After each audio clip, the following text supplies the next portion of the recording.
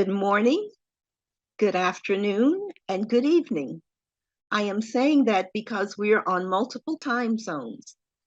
Welcome to this webinar on our latest volume, Higher Education Policy in Developing and Western Nations, Contemporary and Emerging Trends in Local and Global Context. I am Beverly Lindsay, the senior author and contributor to several chapters of this volume and also the overall editor. I am the co-director and principal investigator for a multi-year Ford Foundation grant at the University of California, working with several campuses and a Cal State University campus as well. We are delighted that you're joining us this morning, and I will acknowledge our editors from Routledge in the United States and England, and the production staff in India. Appreciation is also expressed for the authors of the book. Because of time limitations, we're going to focus only on select chapters from Asia, from Australia, from North America, and we will be including the one on the Caribbean. So if we move to the next slide, this is the foreword that was written by distinguished career ambassador who had over 30 years in the diplomatic corps. As Ambassador Gfoeller states, this is a volume that deals with conceptual and applied research, addressing challenges in various nations in terms of higher education and international affairs that would be useful to diplomats, professors, and students. And she states that hopefully these groups can join hands in addressing new policies and problems and challenges. As we move to the next slide, and in this slide, diplomat Gfoeller states that we can't separate universities from politics, although it's not always acknowledged by people in the academic world. As we move to the next slide, which is the preface, I often start with a quote to say, we hope to envision that which does not exist. We can look at current issues and know that there are challenges and problems, but as academicians and in professionals in a variety of areas, we need to anticipate the local, the global, currently, and in the future. A theme that runs throughout this volume is intellectual migration, which should happen through domestic and international endeavors. Later, we will say more about intellectual migration. As we move to the next slide, Chapter 1, entitled The Salience of Policies Affecting Higher Education. We have a working definition of policies as indispensable fundamental principles that of course set the overall directions for agencies, universities, and organizations. It is absolutely critical that we understand that policies arise and are formed from a variety of sources and input: cultural norms, political entities, economic conditions, and philosophical premises. We view policies in the various sections of our volume in terms of inclusiveness, STEM, science, technology, engineering, and math, and finances, diplomacy and educational policies amid disasters and conflicts, university leadership and policies, and quite important, intellectual migration and innovative paradigms. We view policies in terms of macro, meso, and micro policies in the 5 bullet areas that have just been articulated. The next slide. We have divided this into several parts. Part 1, the concepts and applications of policies for inclusiveness, and we will have a presentation from Dr. Linda de Rivere and Dr. Yolanda Moses. In Part 2, which we will see on the next slide, we're looking at STEM and funding policies from Dr. Disraeli Montgomery Hutton.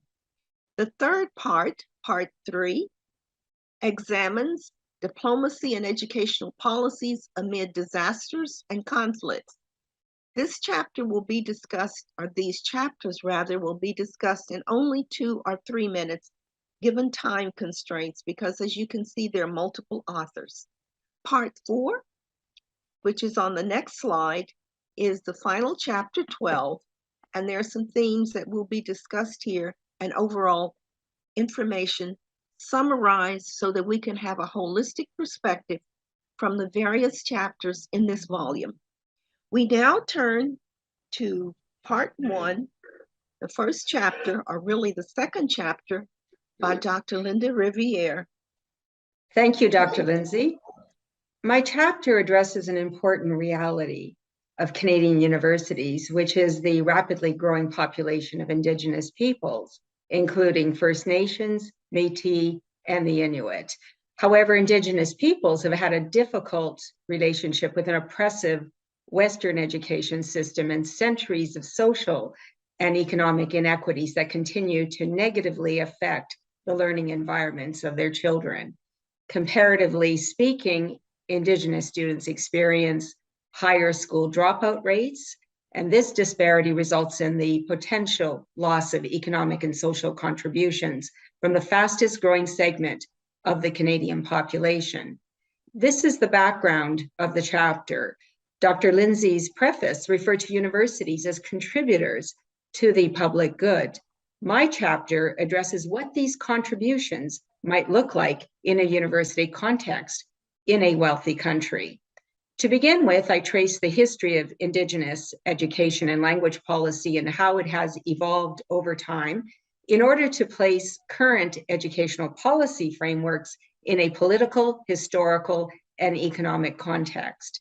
More recently, the reclamation and strengthening of Indigenous identities, languages, and cultures is viewed as critical in improving high school and university retention rates, and consequently, positive economic outcomes for Indigenous students.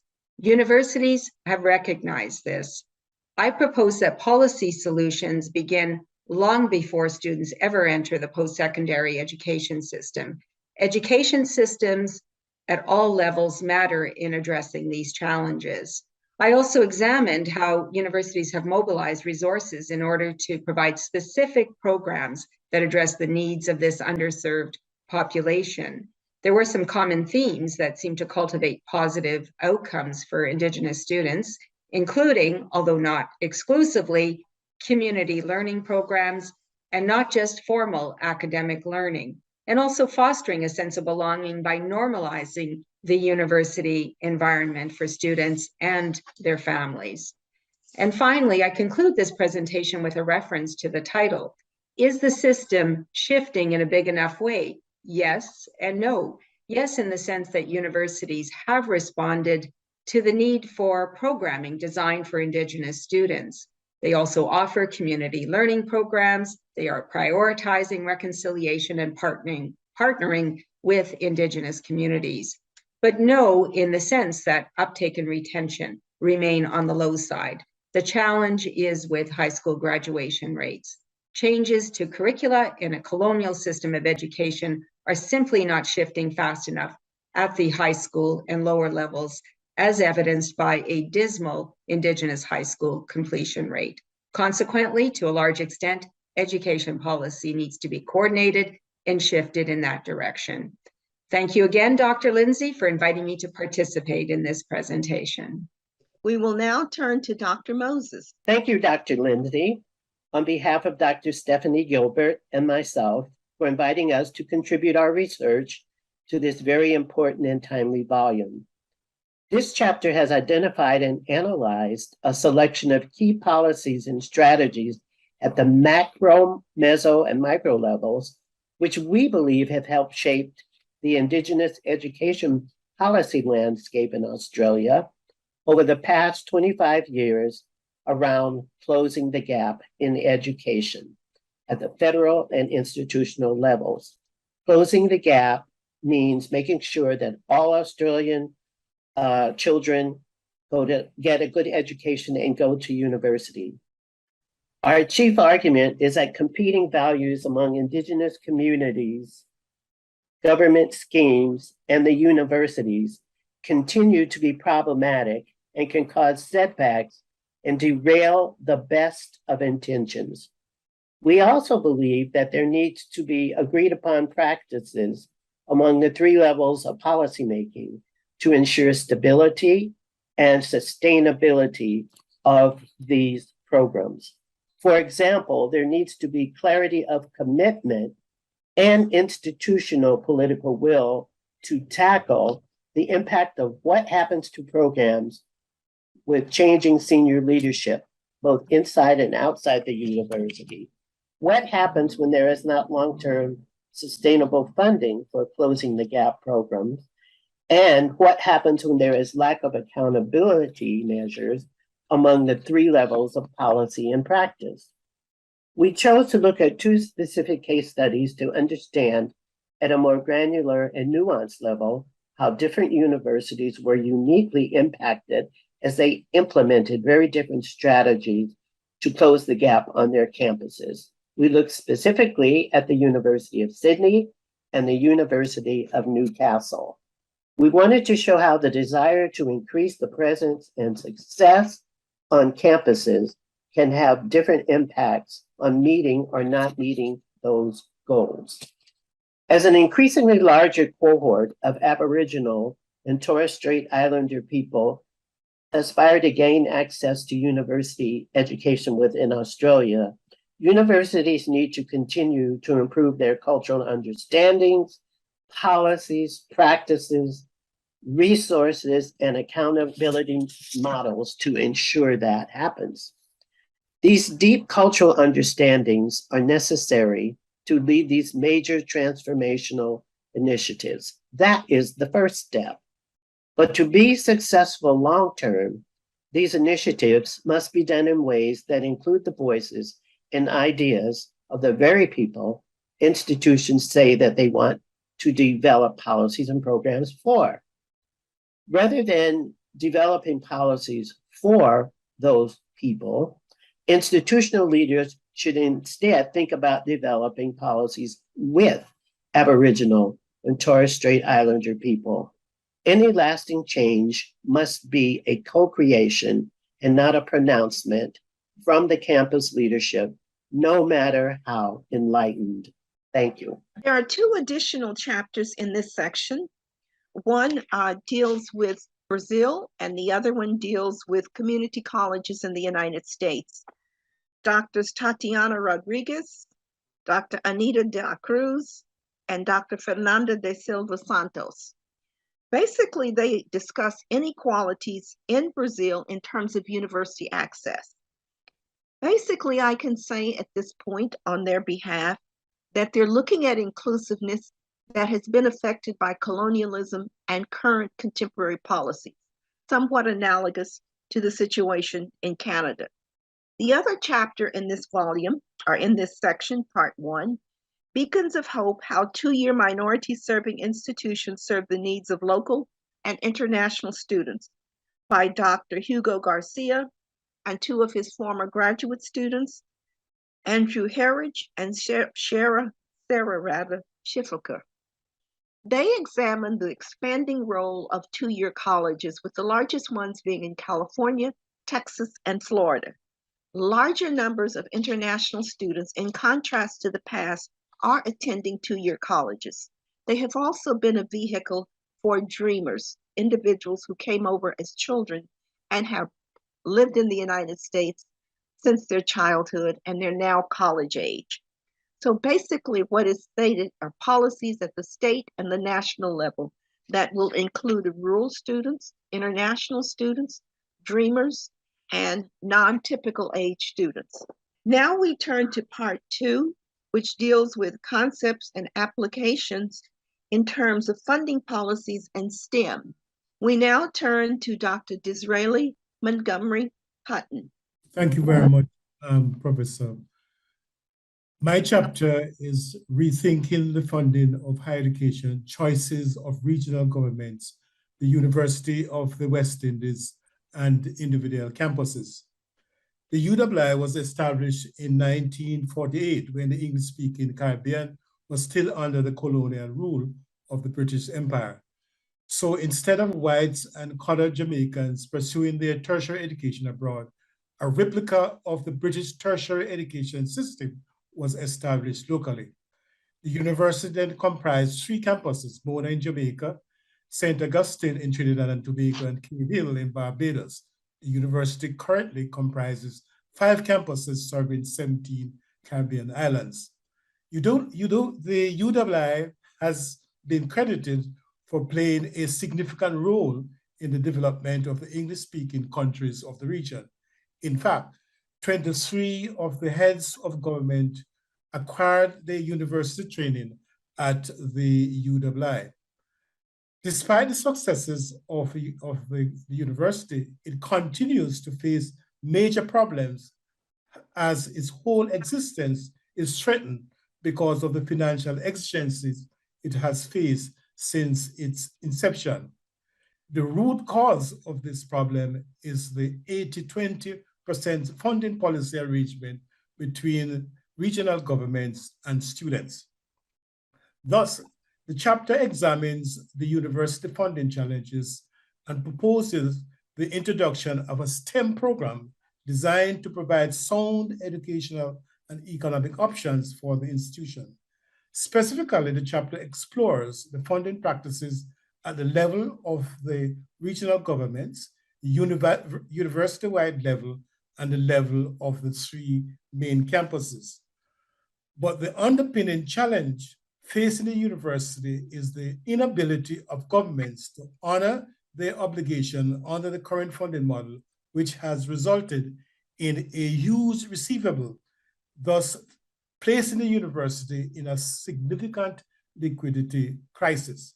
The interventions being pursued to address the problems identified include the university establishing global footprint with universities abroad, also other entities. 2, optimizing the digital transformation of its operations. 3, implementing alternative funding models. And 4, enhancing the profitability of initiatives related to innovation and entrepreneurship.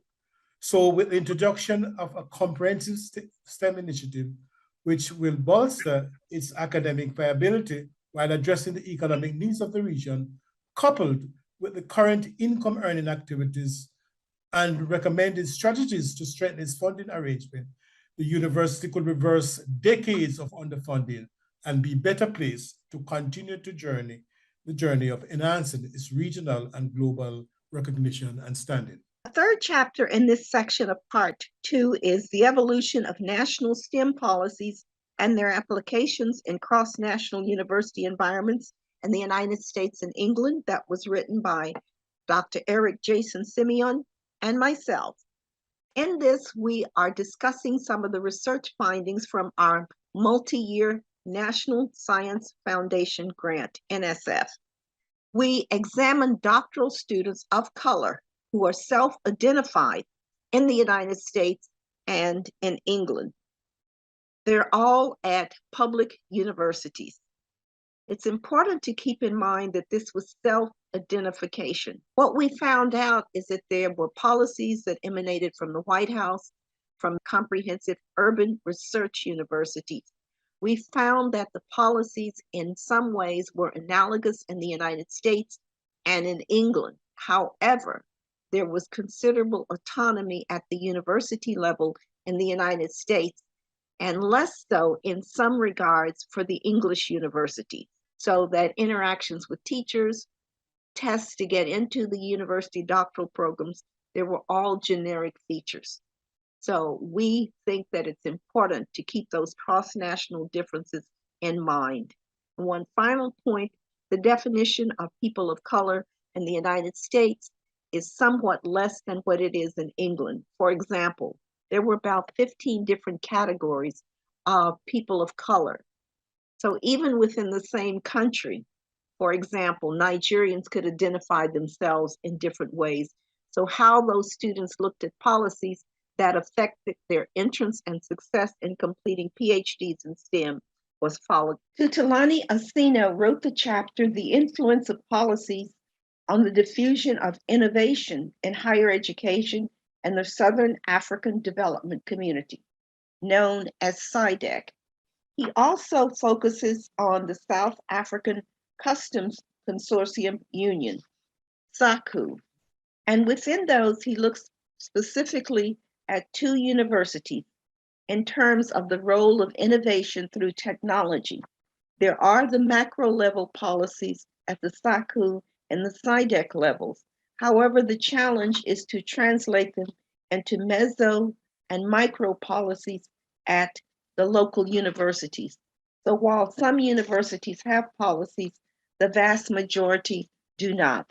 Hence, there is a gap between policies and actual implementation. Part 3 is entitled Diplomacy and Educational Policies Amid Disasters and Conflict.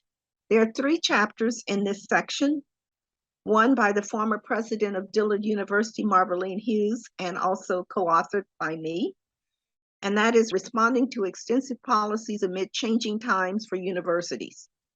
A second chapter in this section is by Beverly Lindsay, Yolanda Moses, and Suzanne Hickey, entitled Designing a University Women's Leadership Institute, Meeting Challenges in Post-Conflict and Transitional Societies. And the third chapter in this section is written by me based upon my Fulbrights in Indonesia and Myanmar. That chapter is entitled Policies and Leadership for Intellectual Migration, University Case Studies from Fulbrights in Indonesia and in Myanmar. There are 3 or 4 overarching themes that these several chapters cover. First, collegial diplomacy in domestic settings, meaning within the university and with civic and political organizations. For example, with the disasters after Hurricane Katrina in New Orleans, there was a group of women who formed what became known as Women of the Storm. They lobbied elected officials and civic leaders in the New Orleans area, in Louisiana, and at the federal level were Congress, both houses, the Senate and the House of Representatives, as well as the heads of departments such as FEMA, the Federal Emergency Management Agency, Department of Education. As a result, there were major loans that were allocated to Dillard University and others that fortunately several years later were forgiven. Another area that we address is international diplomacy and collegial entities within other countries. But collegiality, when there is a military government or after civil conflicts, such as happened in Myanmar and Indonesia, means that the policies will play out in a different level, certainly at the macro level, the meso level, and the micro level. But of critical importance is when there is an actual military coup or active civil conflicts. Those become very, very trying times for universities, for students, and safety. And then the final one, intellectual migration, that I discuss in Indonesia and Myanmar, deals with the reality of different levels of technology under military regime or newly initiated or fairly newly initiated democratic principles. So what happens is that there may not be the kind of internal physical movement, but online kinds of communication, a form of virtual intellectual migration occurs. And that's what is discussed in the chapter on Indonesia and Myanmar. The final section of the volume is part 4, which deals with creativity and realities for universities in changing eras. This is really a summation of the chapters. And what we notice here are there are several main themes that relate to policies. The policies and the time frames, military regimes and disasters, policies founded upon timeliness and comprehensive information from various sources, and policies that involve intellectual migration. Intellectual migration was first used in the late 1930s and early 40s before we had so much online communication. Now we have instantaneous communication throughout the world. And the essence of intellectual migration, essentially virtual intellectual migration, is that these communications allow the opportunity for multiple actors, multiple professionals, and students to cooperate in real time, but also to follow up in very short periods. Unlike traditional Fulbright programs, which are very important, there is the actual movement of people. Intellectual migration will become increasingly important, as we have seen with the recent pandemic, when so much online instruction occurs by Zoom. So in our final part, we can surmise that new policies will be needed, that new paradigms will be introduced, new types of research that involve online activities, in contrast to mainly paper activities in the past. And therefore, we can have different motifs being integrated among different countries, not just in the academy, but also in different organizations that relate to geopolitical issues on the international level, but domestic issues on or within a country.